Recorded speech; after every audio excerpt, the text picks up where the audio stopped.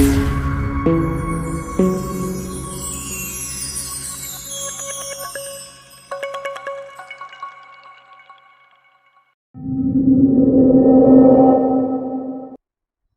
علیکم، میرے چینل سچی کہانیاں میں خوش آمدید۔ امید کرتی ہوں کہ آپ سب خیریت سے ہوں گے۔ آج کی کہانی انتہائی خوفناک کہانی ہے، لیکن اس سے پہلے کہ میں کہانی کا باقاعدہ آغاز کروں، آپ سے ایک گزارش ہے کہ میرے چینل کو لائک کیجیے، سبسکرائب کیجیے اور بیل آئیکن کو کلک کر لیجیے تاکہ آپ کو میری کہانیاں اسی طرح ملتی رہیں۔ تو چلیں شروع کرتے ہیں آج کی کہانی۔ حسنہ، تم یہاں بیٹھی ہو اور میں تمہیں پورے کالج میں ڈھونڈ رہی ہوں۔ حسنہ نے سر اٹھا کر اوپر دیکھا تو اس کے سامنے اس کے تینوں دوست کھڑے تھے۔ سارا حسنہ سے کہنے لگی، آج ہمارے امتحانات ختم ہو گئے ہیں، اتنے دن ہم لوگ گھر پر بیٹھے بیٹھے بور ہو جائیں گے۔ تو پھر حسنہ نے کچھ نہ سمجھتے ہوئے کہا، تو حسنہ کیوں نہ ہم تمہارے گاؤں والی حویلی میں چلیں؟ یہ بات حسنات نے کہی۔ ہاں حسنہ، یہ جگہ تو سیر و تفریح کے لیے بہت ہی اچھی رہے گی، سارا نے کہا۔ ہاں یہ تو اچھا رہے گا، مگر مجھے یقین ہے کہ بابا مجھے جانے کی اجازت بالکل بھی نہیں دیں گے۔ ارے کیوں نہیں دیں گے؟ دیکھا نہیں تھا پچھلی بار بھی بابا نے مجھے جانے کی اجازت نہیں دی تھی اور سختی سے منع کر دیا تھا کہ تم حویلی میں نہیں جاؤ گی۔ مجھے تو کچھ سمجھ میں نہیں آتا کہ بابا مجھے حویلی جانے سے کیوں روکتے ہیں۔ حالانکہ جب دادا زندہ تھے تب ماما بابا وہیں رہتے تھے، لیکن دادا جان کی وفات کے بعد وہ شہر آ گئے۔ حسنہ نے تمام تفصیل بتائی تو عامر بولا، ہم سب مل کر تمہارے ماما بابا سے اجازت لیتے ہیں، وہ مان جائیں گے۔ حسنہ بولی، مجھے تو یقین نہیں ہے کہ وہ مان جائیں گے، لیکن اگر تم لوگوں کو یقین ہے تو تم لوگ کل آ جانا۔ حسنہ کا تعلق ایک امیر خاندان سے تھا، وہ اپنے ماں باپ کی اکلوتی اولاد تھی۔ حسنہ کے 3 دوست تھے، سارا، عامر اور حسنات۔ وہ بھی حسنہ کے برابر کی حیثیت کے تھے۔ حسنہ کے بابا کی گاؤں میں ایک حویلی تھی۔ حسنہ کو بچپن ہی سے حویلی جانے کا بے حد شوق تھا، پر ہمیشہ اس کے بابا اسے حویلی جانے سے روک دیتے تھے۔ حسنہ نے ٹھان لی تھی کہ وہ ایک بار تو حویلی جا کر ضرور ہی رہے گی۔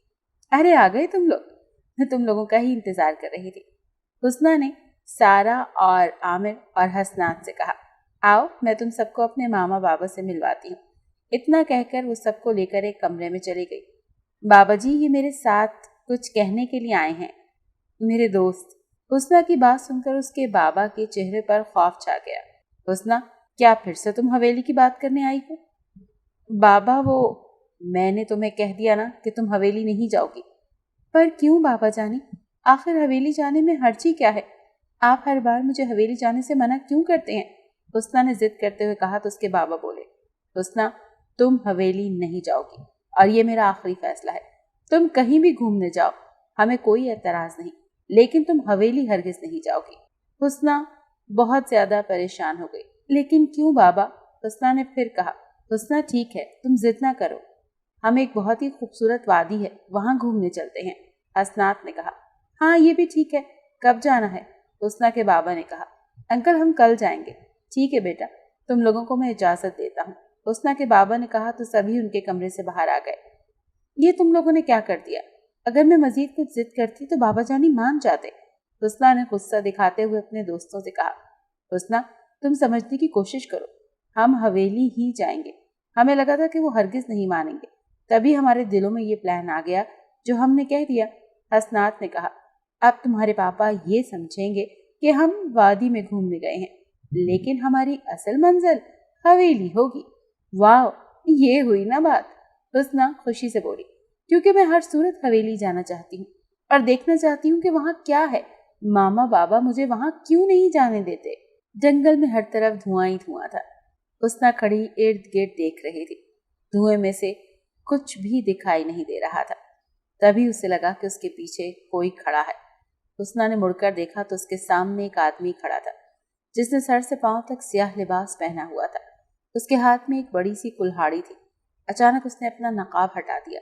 اس کا چہرہ دیکھتے ہی خوف سے حسنہ کی چیخ نکل گئی۔ اس کا چہرہ بہت ہی بھیانک تھا، اس کی آنکھیں مکمل طور پر سرخ تھیں اور چہرہ جلا ہوا، اس کے دانت لمبے تھے اور منہ سے عجیب سی آوازیں آ رہی تھی۔ حسنہ ایک دم اٹھ کر بیٹھ گئی۔ اس نے دیکھا تو وہ اپنے گھر میں اپنے کمرے میں موجود تھی۔ اف اللہ، اتنا خوفناک خواب تھا۔ حسنہ نے سوچا یہ خواب نہیں تھا،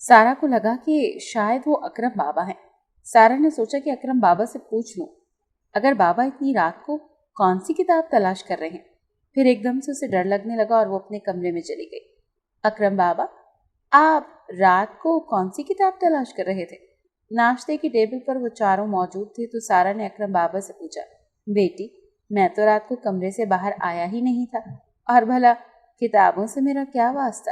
پر بابا میں نے آپ کو رات کو دیکھا تھا، آپ کوئی کتاب تلاش کر رہے تھے اور کچھ کتابیں نیچے پڑی ہوئی تھی۔ سارا تمہارا وہم ہوگا، ایسے ہی پڑی ہیں جیسے کسی نے ہلائی ہی نہ ہو۔ پر میں نے خود دیکھا تھا، سارا الجھ کر بولی۔ کوئی بات نہیں، ایسا ہو جاتا ہے، حسنہ نے کہا۔ سارا، عامر، حسنات، کہاں ہو تم لوگ سب؟ حسنہ نے پکارا۔ وہ لوگ حویلی کے باہر گھومنے آئے تھے۔ حسنہ ان سے پیچھے رہ گئی تھی۔ وہ جنگل کی طرف آ گئی تھی۔ اسے لگا کہ سب یہیں موجود ہوں گے۔ جنگل میں ہر طرف دھواں ہی دھواں پھیلا ہوا تھا، اور وہ دھواں اتنا گہرا تھا کہ پاس کے درخت بھی دکھائی نہیں دے رہے تھے۔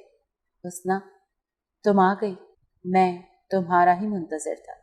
حسنہ کو ایک آواز سنائی دی، کون ہے یہاں؟ میں 20 سالوں سے تمہارا انتظار کر رہا ہوں۔ کون ہے یہاں پر؟ حسنہ نے خوف زدہ ہو کر ادھر ادھر دیکھا، لیکن اسے کوئی دکھائی نہ دیا۔ کیا ہوا حسنہ؟ حسنات نے حسنہ کو کھڑے دیکھا تو اس کی طرف چلا آیا۔ حسنہ یہاں کوئی ہے، ابھی کسی نے مجھے پکارا تھا، حسنہ نے ڈرے ہوئے لہجے میں کہا۔ حسنات نے بھی ادھر ادھر دیکھا مگر اسے تو وہاں کوئی بھی نظر نہیں آیا۔ یہاں پر تو کوئی بھی نہیں ہے، تمہارا وہم ہے، چلو آپ چلیں۔ وہ چاروں کتابیں دیکھ رہے تھے، تبھی حسنہ کی نظر ایک کتاب پر پڑی۔ حسنہ نے وہ کتاب اٹھائی۔ اس کتاب کی جلد سیاہ رنگ کی تھی اور کاغذ سرخ تھے۔ حسنہ نے کہا، یہ دیکھو کتنی عجیب سی کتاب ہے۔ کتاب جب کھولی تو ان چاروں کی سمجھ میں کچھ نہیں آیا، کیونکہ وہ کسی اور زبان میں لکھی ہوئی تھی۔ حسنہ نے کہا، یہ کتاب میں رکھوں گی، صبح اس کو دیکھیں گے۔ تو عامر نے کہا، نہیں، یہ کتاب میں اپنے پاس رکھوں گا۔ حسنہ بولی، نہیں، میں اسے اپنے پاس رکھوں گی۔ سارا نے بات ختم کر دی کہ حسنہ نے کتاب ٹیبل پر رکھی اور سو گئی۔ صبح حسنہ نے دیکھا تو کتاب میز پر نہیں تھی۔ اس نے پورے کمرے میں دیکھا لیکن وہ کتاب اس کو نہیں ملی۔ ہال میں اس کے تینوں دوست موجود تھے۔ وہ ان کے پاس چلی گئی۔ حسنات، وہ کتاب تمہارے پاس ہے؟ حسنہ نے پوچھا۔ نہیں، وہ کتاب میرے پاس تو نہیں، کتاب میرے کمرے سے غائب ہے، تو ظاہر ہے وہ کتاب تمہارے ہی پاس ہوگی۔ حسنات بولا، میرے پاس نہیں ہے، میں تو رات کو عامر کے ساتھ سویا تھا، بے شک اس سے پوچھ لو۔ سب نے کتاب تلاش کی لیکن وہ کتاب نہیں ملی۔ فون کی گھنٹی مسلسل بج رہی تھی۔ اکرم بابا نے فون اٹھایا تو دوسری طرف حسنہ کے پاپا تھے۔ وہ کہہ رہے تھے کہ حویلی میں سب ٹھیک ہے نا؟ جی سب ٹھیک ہے صاحب، آپ نے حسنہ کو حویلی میں آنے کی اجازت دے دی، مجھے پہلے بتا دیا ہوتا تو میں حویلی کی صفائی کروا دیتا۔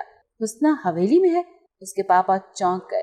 وہ تو اپنے دوستوں کے ساتھ ایک وادی میں گھومنے گئی ہوئی ہے۔ نہیں صاحب، حسنہ بیٹی کو حویلی آئے ہوئے آج چوتھا دن ہے۔ اوفو، آپ جانتے ہیں آج رات چاند پورا ہوگا اور حسنہ کی جان کو کتنا خطرہ ہے، حسنہ کو فوراً واپس بھیجیں۔ اس کے پاپا نے کہا، نہیں صاحب، اب میں ایسا نہیں کر سکتا، میں حسنہ کو واپس نہیں بھیج سکتا، کیونکہ اگر میں چاہوں بھی تو ایسا نہیں ہوگا۔ وہ شیطان اب حسنہ کو واپس نہیں جانے دے گا۔ وقت آ گیا ہے کہ اس کو سچ بتا دیں۔ ٹھیک ہے، تو پھر میں وہاں آ رہا ہوں۔ اور فون بند ہو گیا۔ اکرم بابا جیسے ہی مڑے، شیطان ان کے سامنے کھڑا تھا اور اکرم بابا کو مارنا چاہتا تھا۔ سو سے مارنے لگا۔ آخر وہ کتاب گئی تو گئی کہاں؟ حسنہ نے کہا، یہاں کچھ تو ہے جو ہم سے چھپایا جا رہا ہے۔ میں جب سے یہاں آئی ہوں وہ خواب آنا بند ہو گئے ہیں۔ حویلی کے پیچھے جو جنگل ہے وہ میں خواب میں دیکھ چکی ہوں۔ میں حویلی پہلی بار آئی ہوں، پھر وہ جنگل خواب میں کیسے دیکھ سکتی ہوں؟ اور پھر اچانک اس کتاب کا غائب ہو جانا، یہ سب کچھ عجیب ہے۔ ابھی وہ یہ باتیں کر ہی رہے تھے کہ اکرم بابا کی چیخ کی آواز سنائی دی۔ چیخ کی آواز سنتے ہی وہ بھاگتے ہوئے ان کے پاس جا پہنچے۔ اکرم بابا خون میں لت پت پڑے ہوئے تھے۔ وہ چاروں ان کے پاس گئے۔ بابا یہ سب کیسے ہوا؟ حسنہ نے پوچھا۔ حسنہ بیٹی، میرے پاس وقت بہت کم ہے، تمہیں ایک سچ بتانا ہے۔ 20 سال پہلے جب تم 2 ماہ کی تھی تو حویلی میں ایک نیا نوکر آیا تھا جس کا نام اشرف تھا۔ ایک دن تمہارے دادا اس کے کمرے کے پاس سے گزرے تو ان کو اندر سے منتر پڑھنے کی آواز سنائی دی۔ انہوں نے دروازہ کھول کر دیکھا تو اشرف آگ کے سامنے بیٹھا منتر پڑھ رہا تھا۔ تمہارے دادا کے پاس بھی علم تھا،